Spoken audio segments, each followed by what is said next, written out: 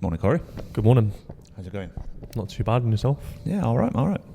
I've asked you to come here today because I want to talk a little bit about that game almost a year ago, Bristol City and West Ham, the FA Cup third round.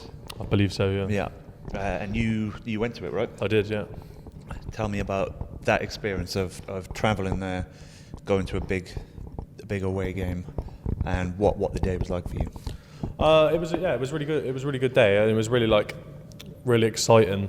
I think it was the first time for a while that we had like 8,000 and 9,000 fans going to a game, and it was like, it felt like, I don't know if you know what I mean, like it felt like everyone was going.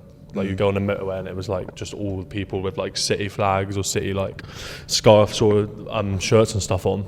So it was really exciting and it felt really big. I remember there was problems with like, so I drove up, but there was problems with trains. There was a lot of fans almost missed it. Yeah, and it looked like we were going to end up like, which would have been so disappointing to have like 8,000 kind of allocation, but only like 3,000 fans there. So luckily they all made it on time. And the drive up was not too bad. It was all right. It was quite. I don't think it was a 3 o'clock kickoff. I felt like it was a 1 o'clock kickoff or maybe a 2 o'clock kickoff. So we left quite early, I think. Big sense of anticipation. Yeah, it did feel. It felt really big. I think that's just the difference with like, that's the speciality of the FA Cup. I think it felt different. It felt big. It felt different to a league game. And it felt a little bit like we had nothing to lose. Even though I was pretty confident actually that we'd get something. Because I think we were in pretty decent form at the time.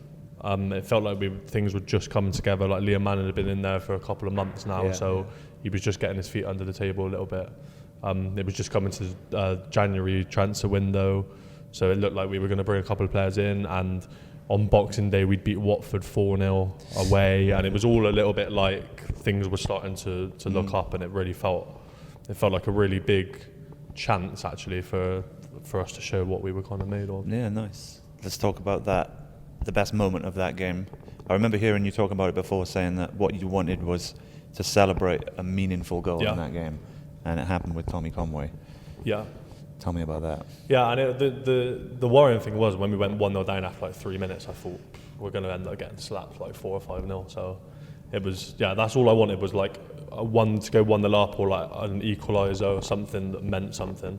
And it was a really good goal as well. So after we went 1-0 down, I think probably everyone was thinking that we were going to get battered. And then, we kind of took control of it a little bit. We made a couple of good chances in the first half, and we always looked like scoring. We looked quite dangerous. And I still remember actually when the ball fell to Joe Williams on the halfway line and he's hit it on the half volley, a pass through. I remember thinking like, what a pass! And then I was kind of still thinking about the pass without even really realising that he was like one-on-one. Yeah, I think it's the first touch that makes it a good pass. Yeah, because he drills it at him. But if his first touch is lesser, then that's long. Yeah, Conway's first touch was brilliant in that one, and the finish was really good as well. Like perfect place to score as well in front of us. And to be fair, I can't remember really celebrations like it.